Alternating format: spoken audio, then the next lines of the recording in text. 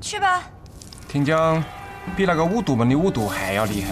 我见过文湖九的五毒，他那个武功啊，还是2个脑袋。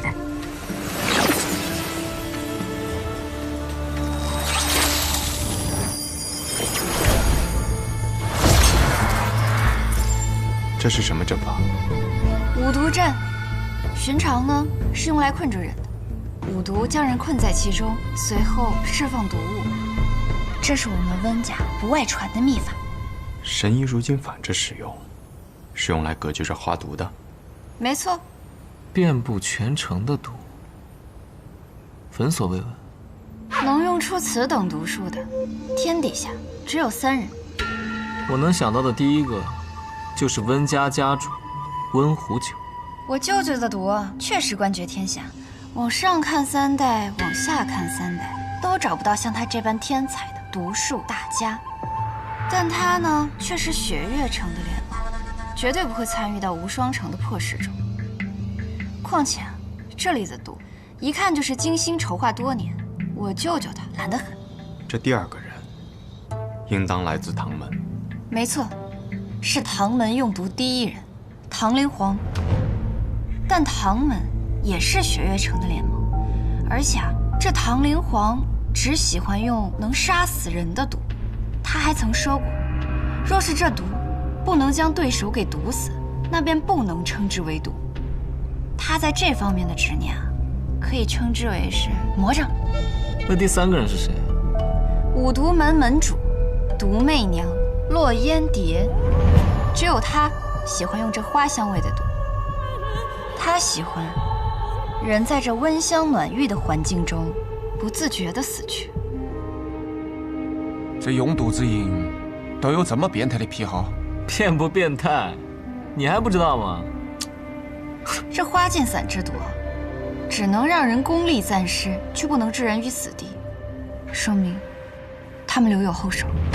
如今这四怀城中，亦有不少高手混入，甚至有，剑仙。对啊，给我颗药吧，我去看子是什么情况。毒媚娘同我讲，这花毒之阵，能抵抗的人屈指可数。看来这位小姑娘虽然年纪轻轻，却来头不小。你是谁？飞虎将军鼎业，不算琅琊王的话，他在北离军中的地位仅次于3军统帅叶萧英。一个将军怎么会来这里？是啊，为什么？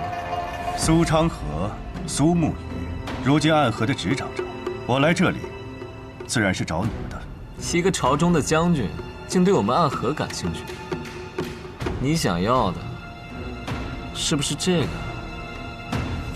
还有这个？暗河的大家长很聪明。绵龙剑的龙首剑笔，怎么到你匕首上了？回去我让谢千七改的，我又不用长剑，总把绵龙剑挂身上怪麻烦的。典业是大皇子骁勇的舅舅，而骁勇是未来地位强力的争夺者。看来他们筹划这一天已经很久了。他们想掌控无双城，并且抢夺暗河的宝藏。宋沐雨，你这一场复仇问剑，彻彻底底的被利用了。剑乃兵器，利用剑之人，必将被剑所杀。你既然知道我们是谁，那就凭你，不是前来送死吗？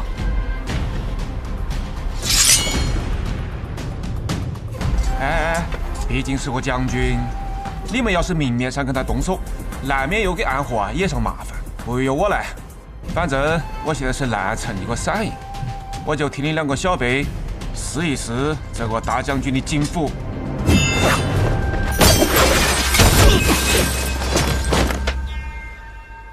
那座城开始动了。今夜，消息应该没那么快到，但是按照之前的迹象，今夜便是他们动手之时。不过，他们可能想不到，如今的四怀城可不是普通的四怀城，他们隐去了暗河，而我则请了3大剑仙去看好戏。骁勇原本想借此机会掌控无双城，扩大自己的势力，但他万万想不到，苏沐雨故意将有人想利用他这一事告诉了我们。苏沐雨是个聪明人，这场无双之乱到最后想要破局，依然在于他的决定，看他想做苏沐雨，还是想做卓越安。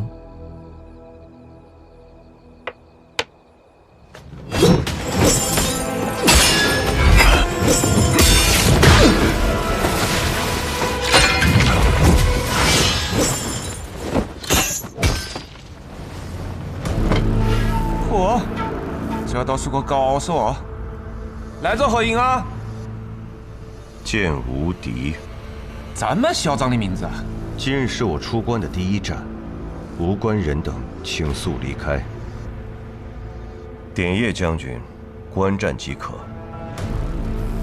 看来你是有几分嚣张的资本啊！骁勇答应我送我一柄好剑，让我试试手。看来你就是我要寻的那柄剑。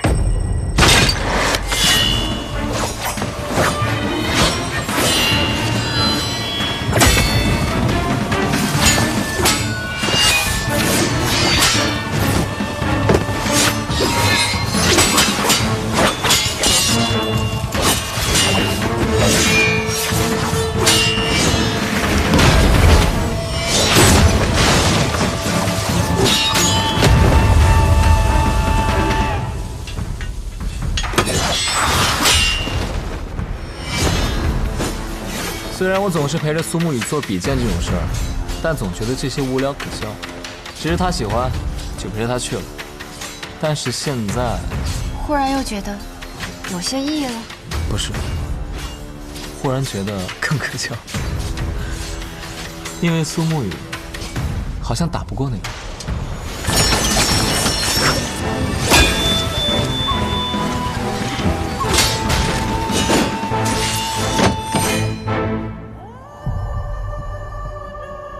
是柄好剑，在你身上，我看到了我父亲的影子。无剑城城主卓雨洛，纯粹的剑心，绝对的剑道奉行者。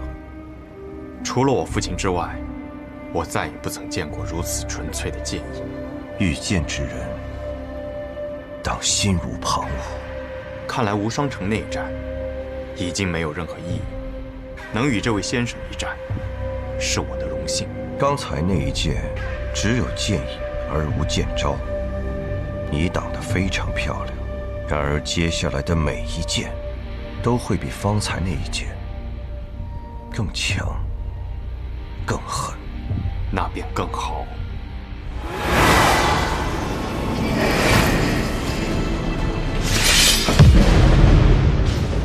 真正厉害的剑道高手，都有属于自己的剑意。他的剑意，在一个“纯”字，没有任何杂质，10年磨一剑，真正纯粹的剑意。你有没有感觉，似乎天要下雨了？啊，好像是有几分凉意。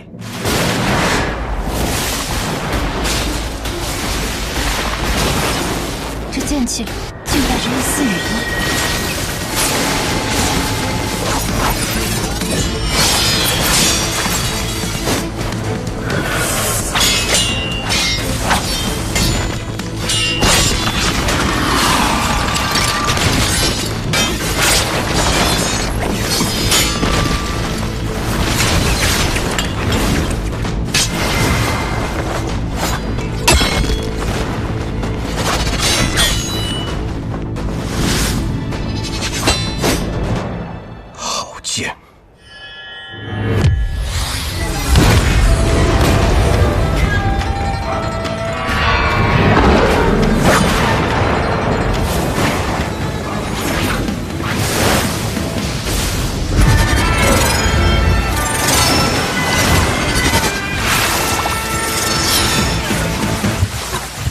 看来是一场精彩的决战。是啊，的确很精彩。你来了。你说以后这江湖之上，便是6大剑仙了吧？看来苏沐雨还真是遇到一个不错的敌人，连这压箱底的力气都用上。你说我的剑是你所见过的最纯粹的剑，而你的剑是我见过最复杂的剑。在你的剑意之中包含了太多的情绪，有愤怒、不甘、隐忍、妥协，甚至还有温柔，几乎囊括了一个人身上所有的情绪。你究竟是经历了什么，才能挥出如此复杂的一剑？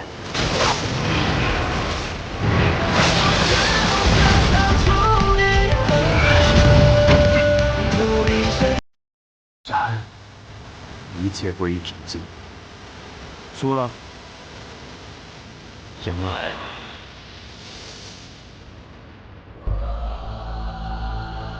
不妙，是非常不妙。既然赢了，那为何还是不妙？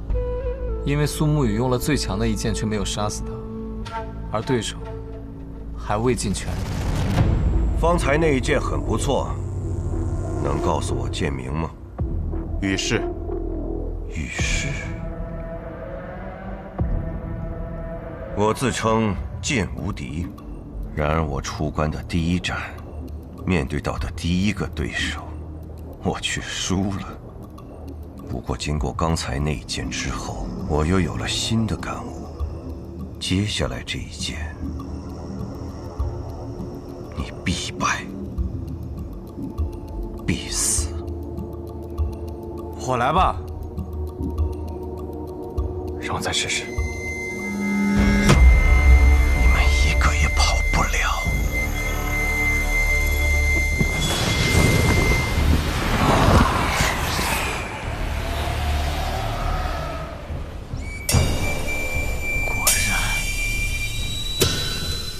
纯粹的剑意，世间难寻。可万事万物若真到了极致不可回头的地步，极致的善变成了极致的恶，极致的恶反而成了极致的善，极致的光明更是一片黑暗。他马上就要走火入魔了。若是入魔能让我的剑更强，为何不入魔？你若不回头，执意这般用剑，不到1年时间，你将被剑意反噬，浑身经脉寸断而亡。父亲当年也执着于剑，可他从未忽视过自己的家人和臣民。人可以把剑视为最重要的事物，可剑不应该成为唯一。人会背叛你，而剑不会。想不到这么久过去了，无敌师兄信奉的还是如此极端的剑道。是你。你我之间的对决，怕是无法进行了。既然如此，不如一起制敌，也不失为一桩幸事。无敌师兄，许久未见。这么多年了，你为何还停留在原来的境地？停静越久，越静越强。等一个机会，一剑入神。一剑入神。很可惜，我没有这个机会了。看来无敌师兄也加入了这场混战之中。既然背叛无双城，就别怪师弟大义灭亲。入魔之前，他已近乎剑仙，如今全然入魔，实力不可估量。看来我这个无双城城主，却是谁也敌不过了。盛极必衰，入魔之体看起来强大非凡，但却是外强中干。找准弱点，便能一击必杀。有执念深重之人，正在此地入魔。是如剑仙，一剑断水。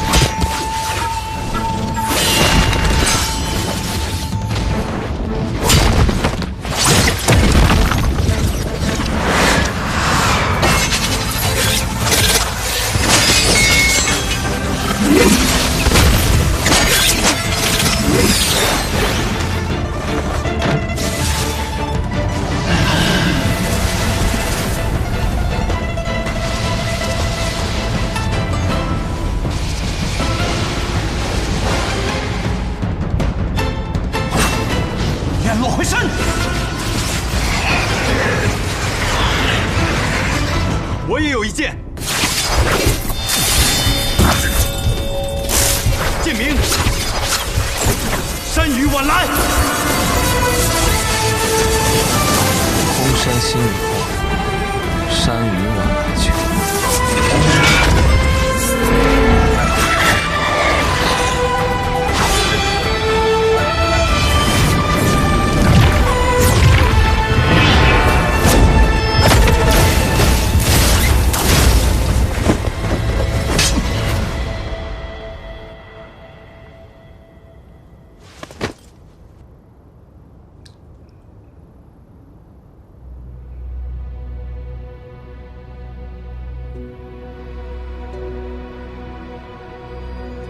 你执着于剑，可剑是死物。你执着于死物，迟早会走进死胡同的。可常伴我身的，唯有一剑。除此之外，所有事物都离我而去。无敌师兄，我没有胜，但你也不算赢。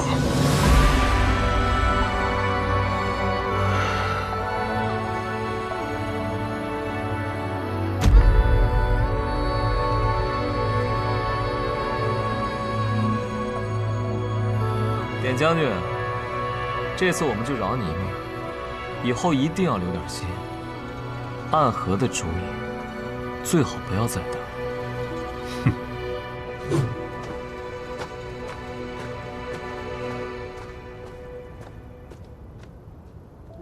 虽然此行未能与你对剑，但有这场对决，亦无遗憾。真没想到，在暗河之中，居然会有你这样的剑。怎么着？暗河之中，都应当是我这样的人。你们俩别站着了，今日使出了这么多损耗的剑招，还不赶紧坐下来调息一番？记得平时打完架，一定要赶紧及时注意调息。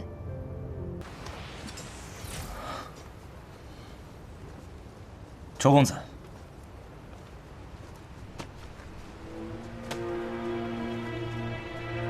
经此一役之后，我们的实剑对决，大概率要延后了。有人想利用你我一战大做文章，到时候若再起风云，你无辜之人惨死，那便失去了这场事件的意义。更何况，方才你我并肩一战，我已感受到宋城主的剑意，很好。若当年父亲遇到的是你，或许结果也不会是这样的。无双城愧对于无剑者，愧对于主公子。我虽学艺于暗河，可此次前来，传的是父亲剑道。我本意只是想替父亲报仇，重扬无剑城之名，而不是想毁掉无双城。若我执意这么做，那便成了第二个刘云奇了。师父他重伤不治，毅然离世。他是我的仇人，亦是你的师父。如今大仇得报，心中自有痛快，却不便于宋城主面前过多显露了。我明白，但周公子，我们便后会有期。若有机会，再看一看宋城主更绚丽的剑光。我怕是不行了，但是我们无双城会有一柄更好的剑，等着与苏公子相见。告辞。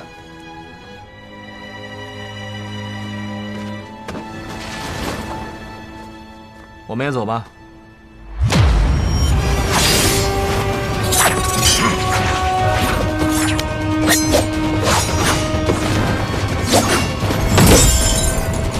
这家伙中了你俩致命一剑，不可能还活着。不知疼痛，不知畏惧，只有杀心。这不是走火入魔可以解释的。这难道是？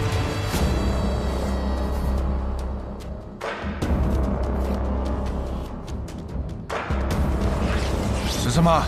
是西楚所传的药人之术，能让死人重新站起来作战。当年西楚与北离两军交战之时，西楚便是用这药人之术强行拖延了许久。此法有违天道，但由于太过奇异，西楚如仙便不舍得就此将其毁去，便将它传给了我们药王谷。希望药王谷能从中寻觅一个能将此法转邪为正的机会。此书原来被你们药王谷拿走了，那你们做到了吗？做不到的，此法之邪异，就连新百草也无法窥其全貌。我有一个师侄，也就是新百草的小师妹，名唤夜鸦。她因为丈夫早亡，所以对这类起死回生的邪法颇为热衷，终日研究这药人之术。后来她叛离了药王谷，并也带走了这本秘籍，是世间唯一会此法之人。如何破解？13回望，方城药人浊血流转不顺，我制住了他。苏沐雨一剑绞碎他的心脏。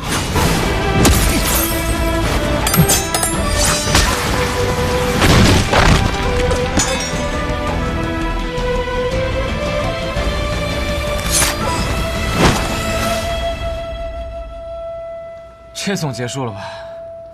略啊！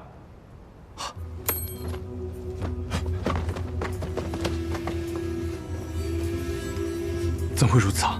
他的毒血已经进入了我的体内，很麻烦。苏沐雨，我腰间有一个玉瓶，你把里面的药丸拿出来给我。服下便没事了吧？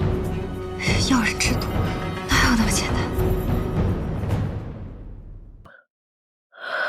任务结束还能够活着呢。要带他回去吗？不必了。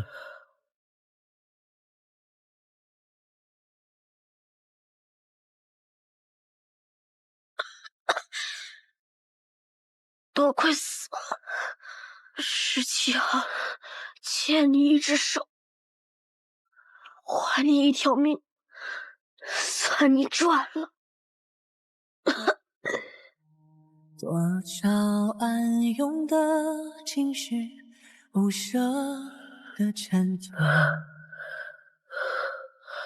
漫漫长夜中寻觅，挣扎爱痛的17号，你怎么会在这里？我偷听到你们的任务点，私逃出来寻你，我来接你回家。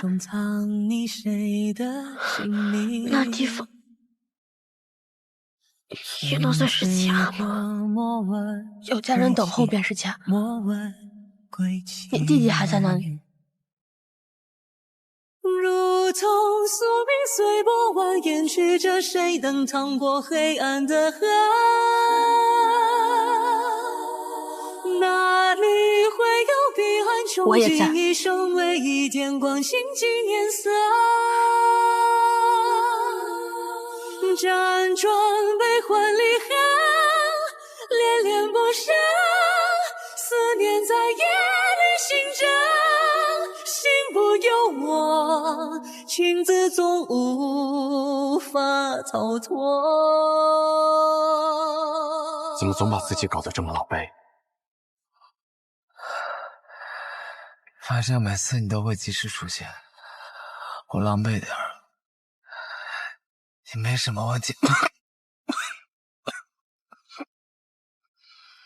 鬼窟院的试炼马上要开始了，各家主花木回绝。这一天终于还是来了。哪里会有彼岸穷尽一生，唯一点光倾尽颜色？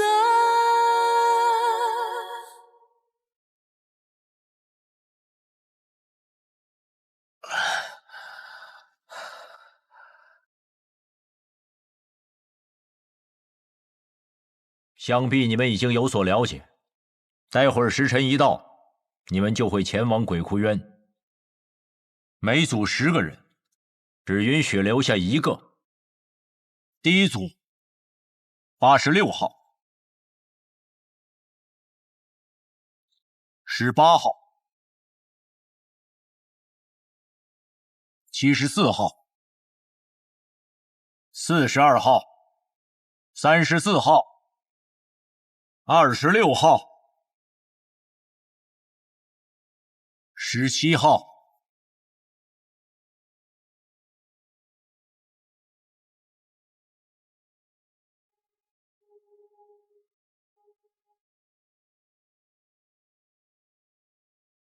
第一组的最后一位， 63号，63号，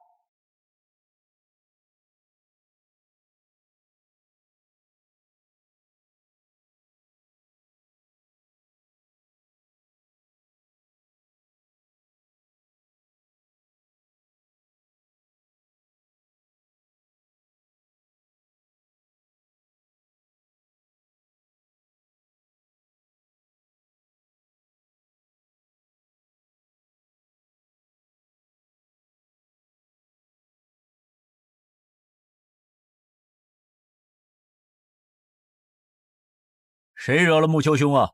生这么大的气！穆子哲，你明知这二人是我苏家属意的，你这般行事，是要与我苏家为敌吗？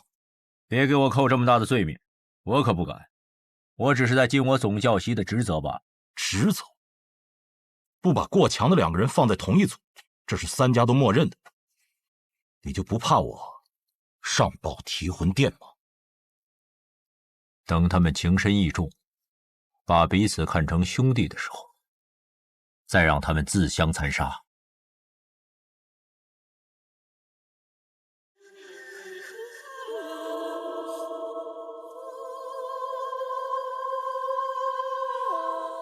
活走在一起，不要走散了。看起来也没有办法与你走散了。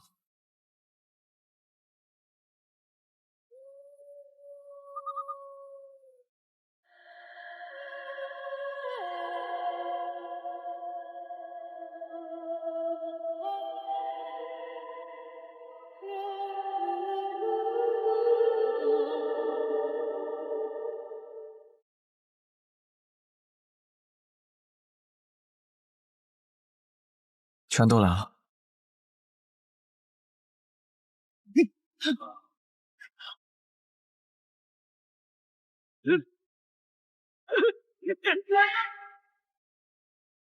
谁都知道你们剑术高超，与其1对1跟你们单打独斗，还不如合力把你们都杀了。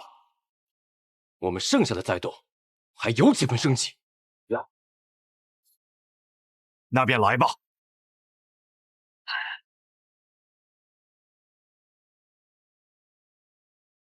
八戒之，刀剑合十，攻守戒备，决一切生机。要胜此战，唯有一途，一二入局。我为儿。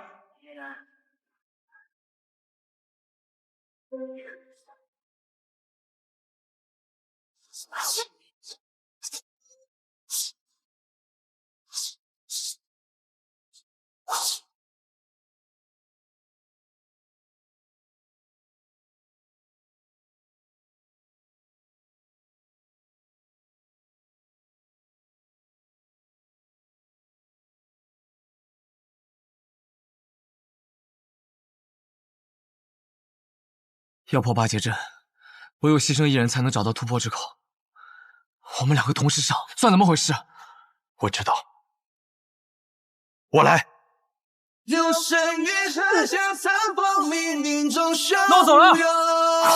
回头望云都乱岗，闭上眼月暗之上，破阵之口。上天地长空，任空出世扭转乾坤，风雨笑子里更深，走在我脚下无不寻根，借一生不爱也不恨，经历穿越大河，终身一夜的人满泪痕。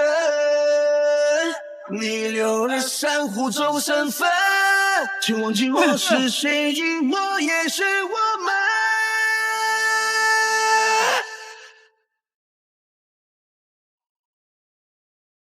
三五一生，四季将无知群像，向这里出滔滔，而雷不活动，风起此帆风云，利剑真高，江州北风光临千万顷，一流水沙背负大江，心了几万里。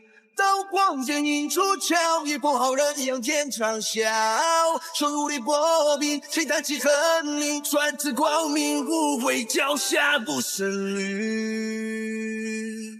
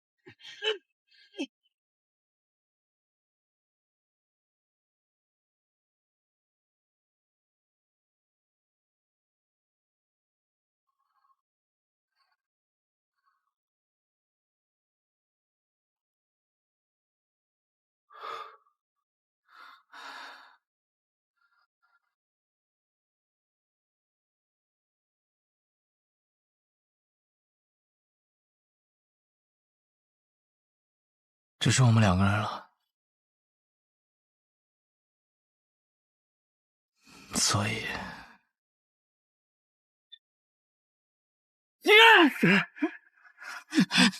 你疯了吗？你这疯子，停下来！我跟你说过，你的恩情，我迟早会还的。我不需要你还。你此前替我做点灯童子的时候，已是还了。暗河的规矩，10个人只有1个人能走出鬼窟园，成为3家之人。你若不成我的情，我们2个人都得死。一定会有办法的。我去和他们说，他们享有最顶尖的资格，而我们俩是他们这些年里遇到最好的种子。他们不会愿意就这么失去我们的。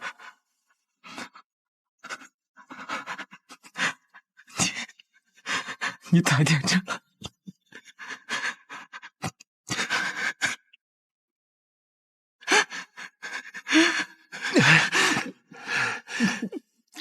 你把手放开！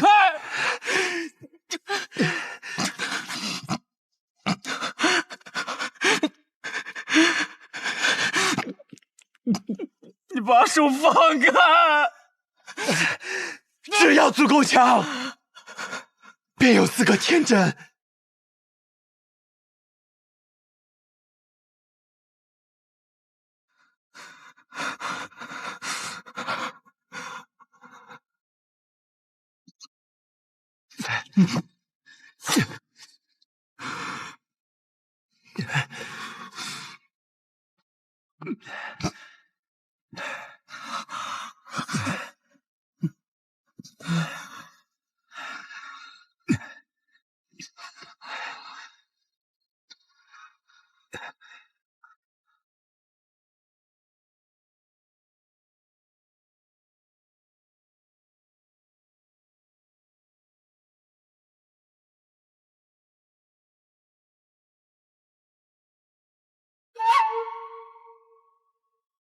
谁先了？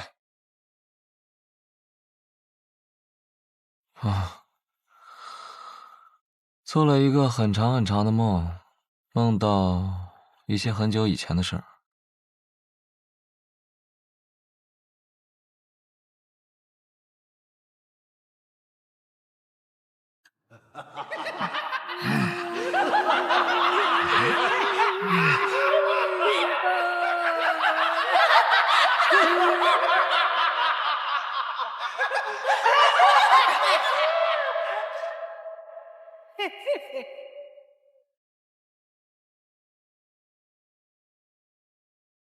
邪魔外道，勿近勿深。我们是邪魔外道，难道你们要修仙人掌吗？不过是些魔障，看我一剑斩了你们！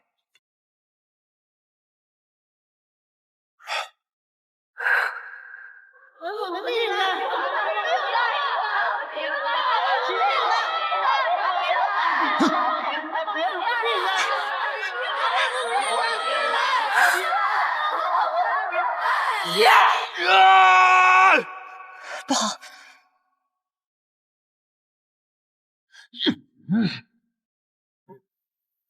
大家长，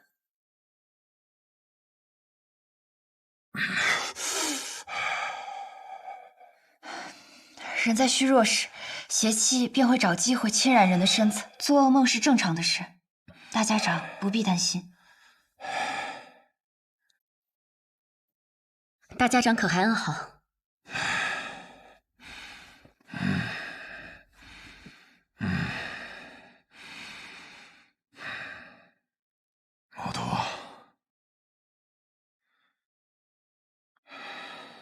是。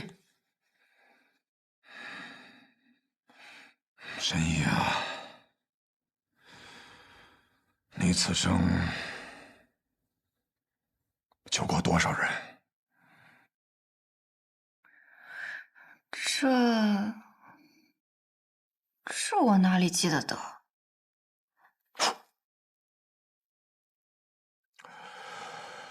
加上唐二老爷，我此生杀过832人，很多人，我甚至不记得他们是谁，但心底里总会有一个声音告诉我，那是我杀过的人。其实我不怕这样的梦。当他们出现的时候，我会拿起手边的剑，将他们斩杀得一干二净。我既然杀得了他们一次，那么自然我能杀得了他们第2次、第3次，无论是梦境还是现实，都不会有任何区别。但这一次，当我拔剑的时候，发现手里的剑已经断了，需要让沐雨快些回来。难道大家长就不害怕他在这个时候背叛你吗？不会的。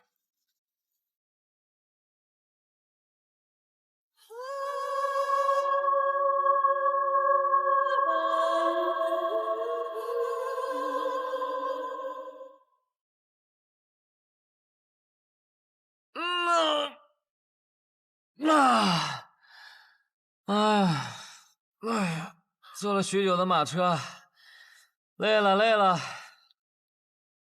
小长河，你这个样子能追到鹰，你到底是什么安排啊？追得上。大家长此行北上，无非就是想拖延时间，按照他的手段。老爷子有没有事儿我不确定，但是我们这一批跑腿的，定是要被他清算。所以在我这儿，大家长必须死。然后呢？我对于苏沐雨的安排，应当已经到了，让他见见几个故人，拖延一下他追上大家长的时间。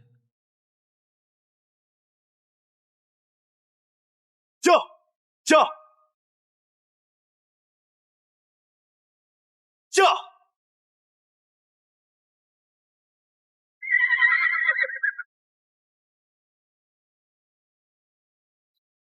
昌黎，宇哥，好久不见了。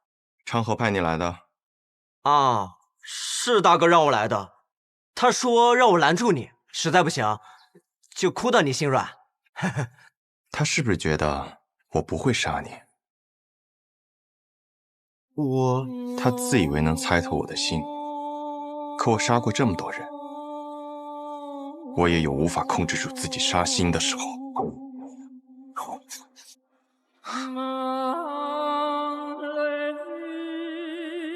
若我想杀你，你早就死了。驾！宇哥。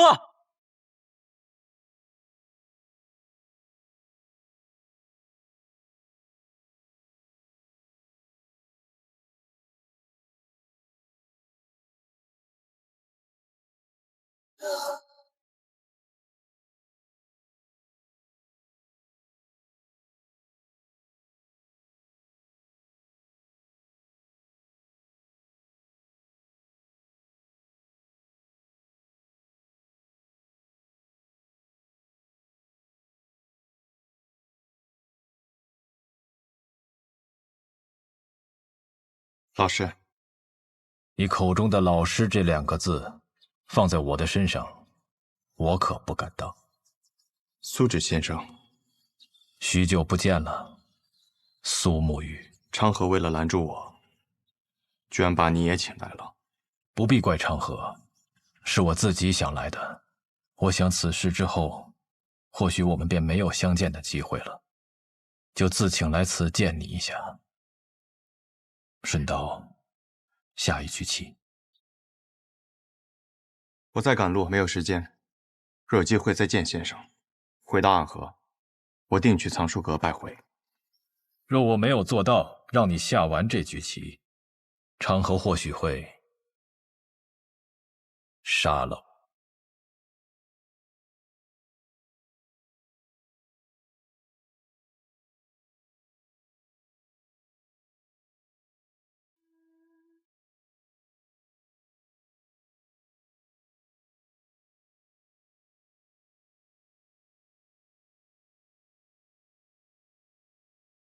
先生来此，是想劝我和昌河联手。你们是暗河这100年来最不可思议的搭档，一起联手破过许多危局。这一次，我相信你们一样可以做到。我听昌河说，4年前你们做过一个决定，他当上苏家家主，你当上大家长，成为执掌暗河的新主人。那他有没有说过？我并没有回答他的决定。大家长他值得你这样做吗？这个问题的答案重要吗？墨雨，当你用一个问题来回答另一个问题的时候，就代表你的内心并不坚固。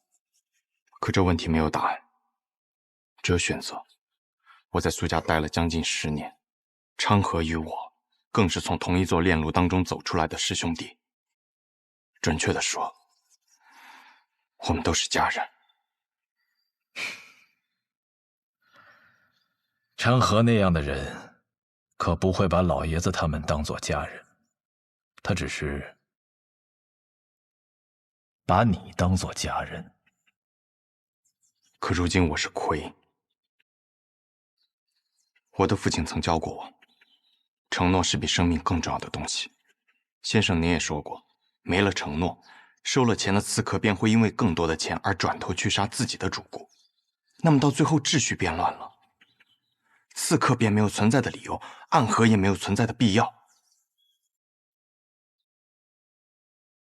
你很聪明，但有时候太过于执拗了。已经沦为杀人的棋子，若心中还不存在点执拗，那么活着也像是死了。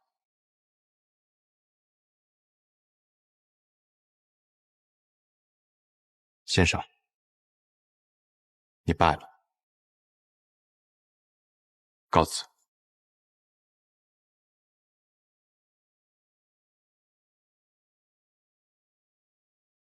宇哥，你赢不了的。3家家主对大家长这个位置觊觎很久，这个机会他们不可能放过。即便大家长最后把生医好了，他们还是会不惜一切代价把他杀了，这是个必死之局。即使死局，那么昌河他到底想做什么？他想改变暗河，跨过暗河，便能到达彼岸。彼岸之处不再是长夜，而应有光明。和我们联手吧。大哥的意思是让大家长在一个合适的时机死掉，死之前他把绵龙剑传给你，你执掌暗河，而他则去扫清苏家的障碍，成为苏家家主。到时候其他2家再有不满，你们便联起手荡平暗河。宇哥，抱歉，我有我的选择。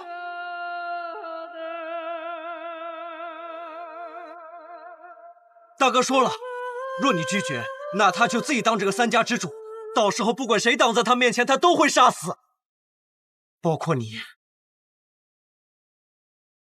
他这一生最好的朋友。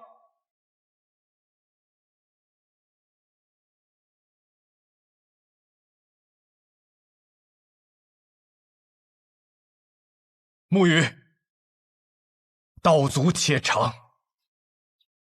行则将之，驾！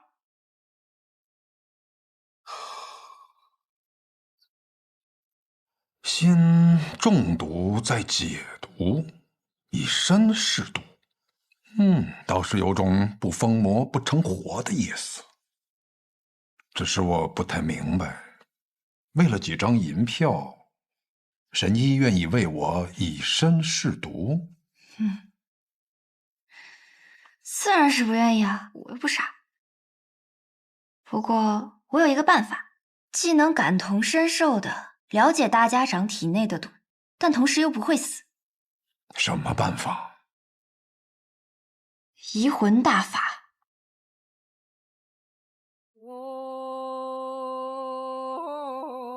药王谷的秘术移魂大法，若是一旦对某人施用此法，就能和他无感共识，他的过往和此刻的想法都无法逃脱施用者的眼睛。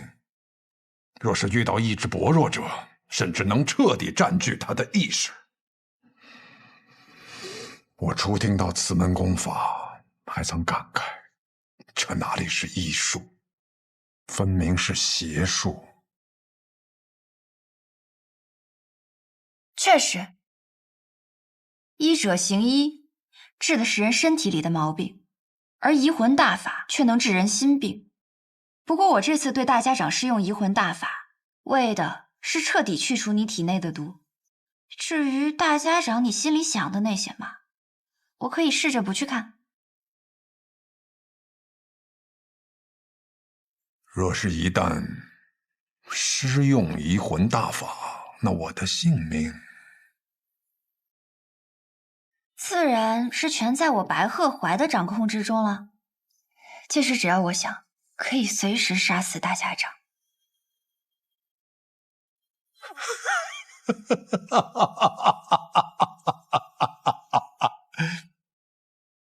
我想试试。大家长能活几日就让他活几日吧，反正我们抓紧时间找机会，先把那小神医给杀了就是。大家长和那个神医有地质摄效保护，你那么有信心？哎呀，我派人传了封信，去向了北面那座皇城，里面有一个人出身唐门赫赫有名，是唐二老爷最亲近的弟子。九江琵琶亭内3道暗器震惊天下，是可以与司空长风、百里东君等人齐名的高手。唐灵月，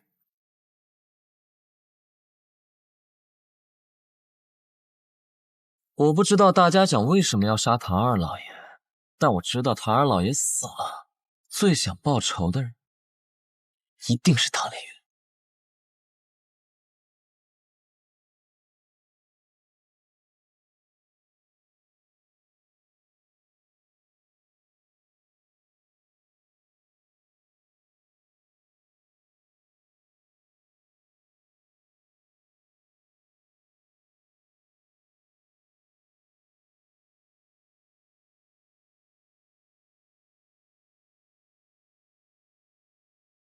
护送大家长离开，快！是。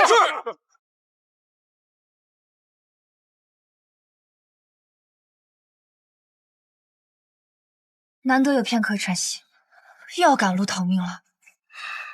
等你治好我，便无人敢来了。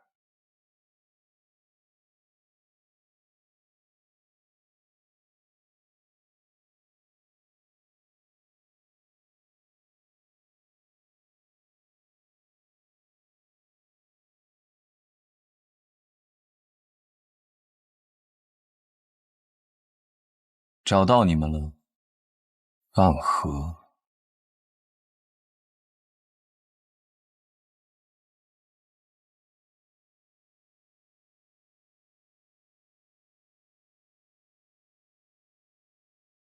龙须真，你是唐门的人？唐门，唐连月。唐连月，原来是天启城4守护之一的玄武使啊！我要找的人不是你，你们大家长在哪？我要见的。纵然你是玄武使，但这里一不是天启城，二我们暗河也不听朝廷的指令。大家长岂是你说见就能见的？我并不是以天启城玄武使的身份来的，是以唐门弟子的身份而来。你们暗河的大家长杀了我们唐门的二老爷，这笔账我来负责清算。这个消息玄武使是怎么知道的？如果是子虚乌有的事儿，那该如何呢？想必你们大家长早就走了，留你在此处断后，与我说这么多，不过是想拖延时间罢了。想走？